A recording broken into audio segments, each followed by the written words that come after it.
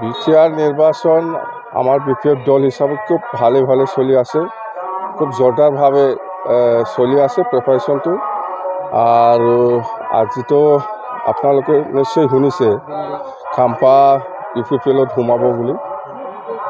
তো প্ৰমোদ বড়ো আৰু মই দুইজনে আলোচনা কৰিহে খাম্পা ডাঙৰীয়াক ডেপুটেশ্যনত আমি পাঠাই দিছোঁ ইউপিপিএলত।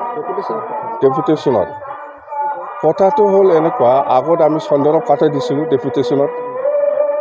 তাৰমানে এনেকুৱা প্ৰব্লেম, ইউপিপিএলৰ যিটো বিটিআৰ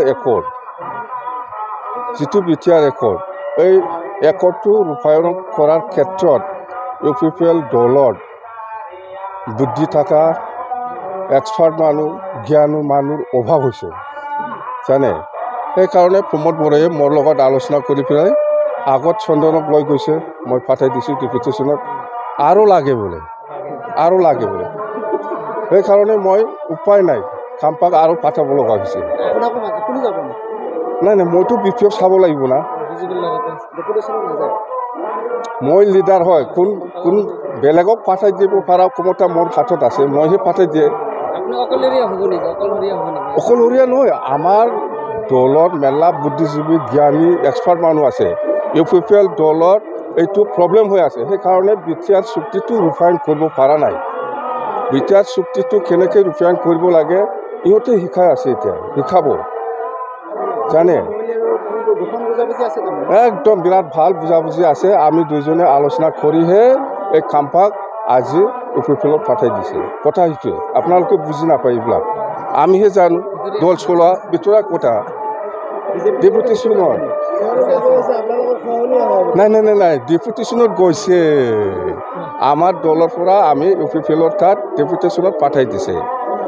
কথা সেইটোৱে যে বিটিআৰ চুক্তিটো যদি আখৰে ৰূপায়ণ কৰিব লাগে, তেতিয়াহ'লে এক্সপাৰ্ট, বুদ্ধি থকা, জ্ঞানী মানুহ লাগিব না নাই।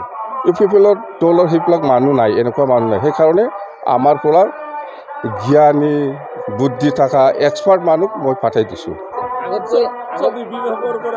হয়, আগত চন্দনক লৈছে। চন্দনটো কেতিয়াবাই তাৰ ডেপুটেশ্যনটো কেতিয়াবাই শেষ হৈছিল, কাৰণ চন্দনে প্ৰমোদ বড়োৱে এক্সটেণ্ড কৰি লৈ আছে। আৰু একজন পালে আৰু বেছি ভাল হ'ব বুলি মোক বাৰে ৰিকুৱেষ্ট কৰাৰ কাৰণে মই দি দিছোঁ। এইটো ইহঁতৰ ফলীয়া, এইটো নাম নাই এইবিলাক। আচলটো হ'ল খাম্পা আৰু চন্দন খুব জ্ঞানী, বুদ্ধি থকা, এক্সপাৰ্ট মানুহ লাগে বুলি কোৱাৰ কাৰণে মই দি দিছোঁ। সেইটো উন্নয়ন কৰিব পৰা নাই, সেইকাৰণেতো এক্সপাৰ্ট মানুহ লাগে। এক্সপাৰ্ট মানুহ দি দিছোঁ মই খাম্পাৰ আৰু চন্দন। এতিয়া হ'ব, চিন্তা কৰিব নালাগে। এতিয়া এক্সপাৰ্ট মানুহ গ'ল, জ্ঞানী মানুহ গ'ল, বুদ্ধি থকা মানুহ গ'ল, এতিয়া উন্নয়ন হ'ব। আমাৰতো 25টাৰ তলত নাপায়। আমি এইবিলাক আমাৰ এক্সপাৰ্ট মানুহ গ'ল, এইবিলাক ঠিক ঠাক হৈ যাব, চিন্তা কৰিব নালাগে। চব ঠিক ঠাক হৈ যাব। যিমান গণ্ডগোল আছিল এইবাৰ ভাল এক্সপাৰ্ট, জ্ঞানী মানুহ গ'ল, বাছ। পৰামৰ্শ আমি কথা পাতি পেলাই পঠাই দিছে, পৰামৰ্শ একো নাই।